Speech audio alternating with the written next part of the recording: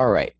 Everything we've done so far has been on the front end in Anvil, which means that all of the computations and all of the resources have occurred in the user's browser. What we're going to do with this app is start to use some of the back-end resources, especially the database section of the back-end resources in Anvil, to store data for later use and to share data between multiple users. We'll start by clicking on Blank App, select Material Design, and what we're going to do here is select the Data tab and then Add New Table. When we get the new table, let's give it a new name, and we'll call this Chat. We're going to build an app that allows user to save chat messages shared between a large group of people. We'll add a new column to this database, and you can see we have the selection of different types of data that are going to be stored in that column. This first column is going to store users' names, chatters' names. So we'll select a text type and we'll call this name. Now we'll add another column, and this will contain a number of messages. So we'll call this chats.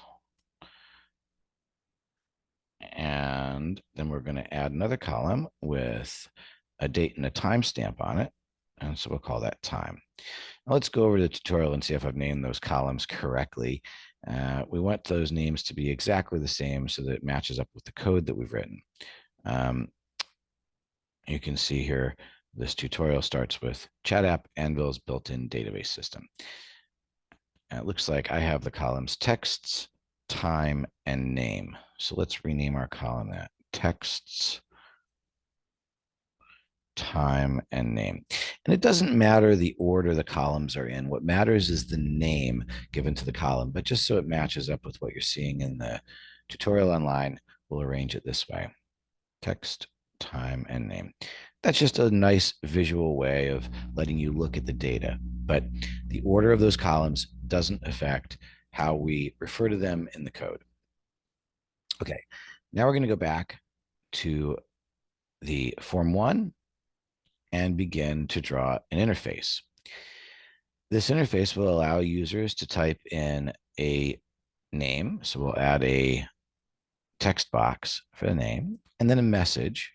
We'll use a text area, and we'll have a submit button. Let's resize these widgets a bit so that the text area has a little bit more real estate. Get these things to align here. There we go. So the name is just a nice little area, and the button doesn't need to take up as much space.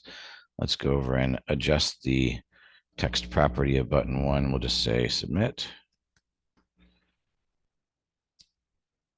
We'll drag this so it's just a little bit bigger.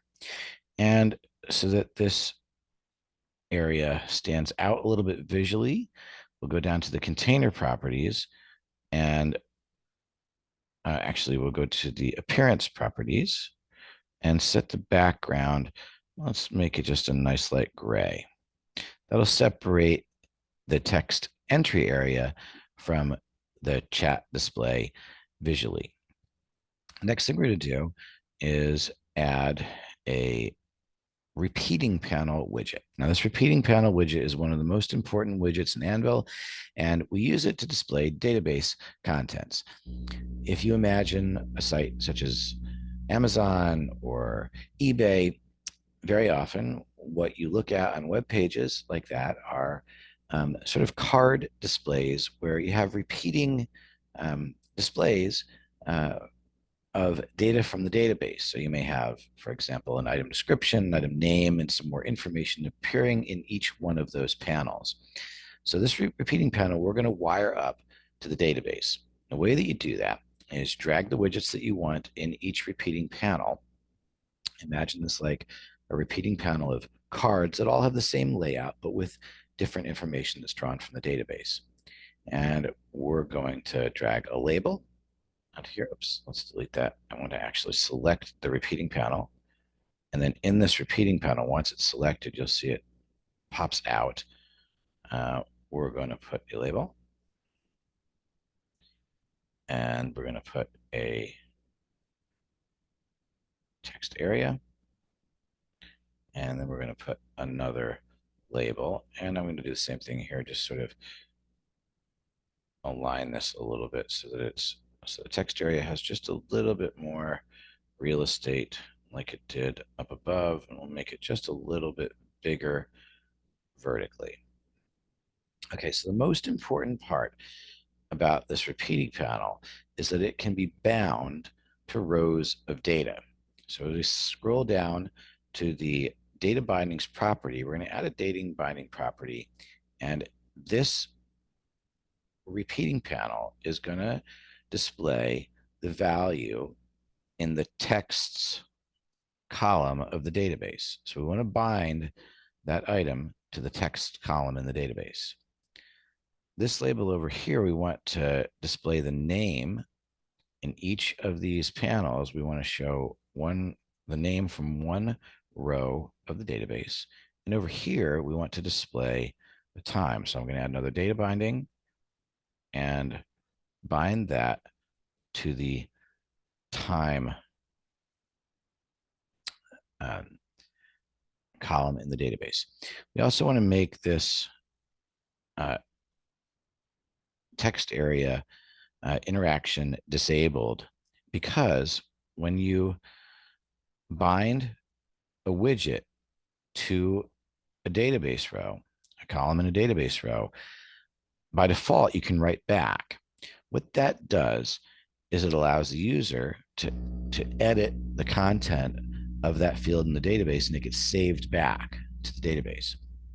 So if you uncheck this, it disables the write back capability, but we can also just disable the widget entirely so that the user can't type into it.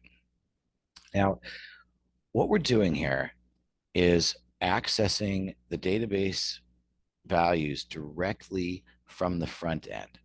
That's not a best practice, but for this very first lesson, we're going to use the database directly from the front end because it simplifies the process.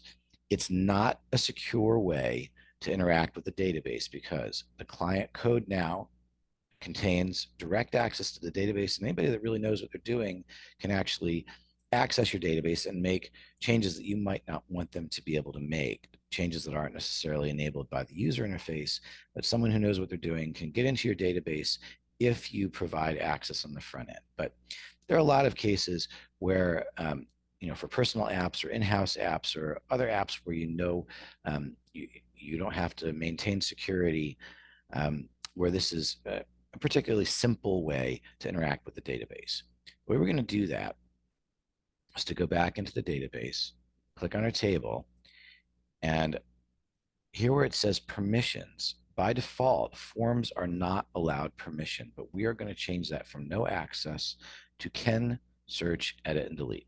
And in future lessons, we're going to cover very specifically how to secure the database so that this front end permission isn't provided. But for now, this will simplify our task and allow us to see how to use the database right away. And we'll do this again in the future when security isn't needed. So let's run this database app and see what we get. I'm going to close things down. We've got a way to enter data and a way to submit data. And nothing happens right now because we don't have any code. So what I'm going to do is go back over the tutorial, and we're going to select the code that we've got here. And this code is actually, in the current edition of the tutorial, was a little bit unformatted, so I reformatted it here, and we're going to use that version and go back into the code for form 1. Make sure that I have the form 1 client selected, and I'm just going to select this entire bit of code that's there and run it. Let's see what we've got now. We will likely have to do some debugging, but let's give it a shot. Type our name in, type a little message in, just a generic bit of text, click submit. Okay, so we currently don't have anything going. I think what's going on here is um, we have all of these functions written to do things. We have a update chats function, an update chats method, and we also have a button one click handler, but that button one click handler code is not yet wired up in the design. So we've created this design, but we haven't actually set the click event. So let's set the click event there. And by default, it's named button one click. So that should be wired up now. Let's see what happens when we run. And we'll do some of the normal debugging that's expected when you create any app. Nick, add some text, click submit, and blammo, we now have an entry. Let's add some more text. Looks like we've got a working chat application. So anybody can come to this page from any browser. If we publish this, let's put this in another browser, and we'll just give this a default URL, a new default URL. It's called chat test. See if that URL is available. It is. Let's bring that up. Now we can see our app running, as you've seen in some of the previous examples, and it brings up the saved data that we entered. We can also open that up in another browser on any machine that can go to that website. And let's see if we get what we want here. We haven't named the app yet, so it's coming up with material design. Now I can, let's say this is Dave entering some text from another computer. And as we go back over to our other app, okay, I see a little problem here. We don't get the updates to this app that are made by other users. What we need to do to make that happen is go back to the design screen, and we're going to add a new widget, which is a timer, drag that to the form, and we're going to set that timer property, click on it, and set that timer property so it's updated every, choose a value.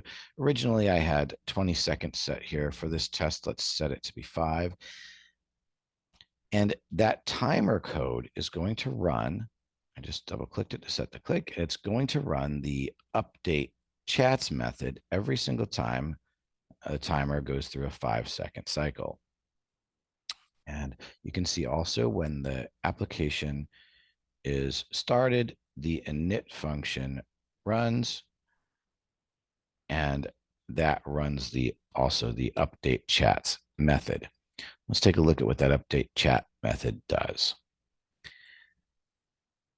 The repeating panel, oops, didn't mean to change that. The repeating panel's items property is set to this database query. So whenever you want to access any information from the database, you use app tables and then the name of the table, which we've called chat. And then you can use the search method. Inside that search method, there are some optional parameters. In this case, what I've chosen to do is order those results by the time column in descending order. So ascending is false. That way we'll get the newest chat messages on top, close to where the data entry fields are. And then let's look at also the button one click method definition. So this is run every single time the button one widget is clicked. So go back to this button one. So we've got a conditional here. And the first thing we're going to do is check to make sure that the text area isn't empty. So if the text area on the current page, if the text property of that is not equal to an empty string, then we'll run the following code. And so what we've got here then is a new database method. Again, we access that by typing app_tables and then the name of the database table, which is chat in this application. And then we're going to use the add row method. And we have some options for the add row method. And what we're going to do is set the text column to be equal in this new row that we're adding to the text property of the text area one widget. So it's taking the text from the text area and saving it to the text column in this new row that we're adding. And then it's setting the time column value to be equal to the Python datetime.now function. And we've up here imported the datetime library. You can see Anvil has imported all the other necessary libraries to deal with tables. The only thing we need to do here for this app is import the datetime library from the standard Python library. Okay, then the next column, the name column, is set to the text property of the text box one widget on the form. So basically, when we click the button, as long as there is no, as long as the text isn't empty in the text area, we're running this add row method upon the chat table, and we're setting the text column to be equal to the text that's in the text area, the time column to be equal to the current date and time, and we're setting the name column to be equal to the text that's in the text box one widget. And then we're clearing the text area widget and setting the focus on the text area widget, and then running the update chats function so that the screen refreshes and shows that new chat text on screen. So at this point, remember that update chats function or method, all it does is it sets the items in that repeating panel. So each row of the repeating panel is set to be one row of the returned results from the database. So we run the search, and that returns a bunch of rows that match the search.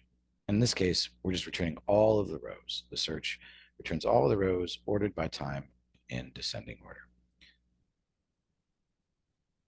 Let's run it again. So now the one thing we've done is we've added the time, a timer refresh. Let me say we're pretend like we're Paul. Try this again. A little tough keyboard here, Paul. And we'll give him some text. Submit that. That's submitted. Now when we go over here, let's refresh this page, and you should see, because now we have a timer, you can see the new text is added. So we've got a person named Tim, and he's adding. And every 5 seconds, these pages in each browser will refresh. So if I go back over to my other browser, you can see the message from Tim has been added. Let's add another message from Paul. So you can see that gets added here. We go back into our other browser and give it a couple seconds. There, Paul is updated automatically now because the timer is running every 5 seconds, and that updates the screen. You can set that refresh to go as often as you'd like. The more often it runs, the more resources on the server will be used. So a few seconds is a good, reasonable amount of time for a chat app like this. You can see the messages update fairly quickly. Okay, so that's enough for this tutorial. We're going to continue on with a lot more database work. The database is one of the most important parts of the Anvil app, and it really makes building CRUD applications in which you create, read, update, and delete data from a database so much easier than it is in most development environments. So we'll stop there and continue on next with a bit more about database applications.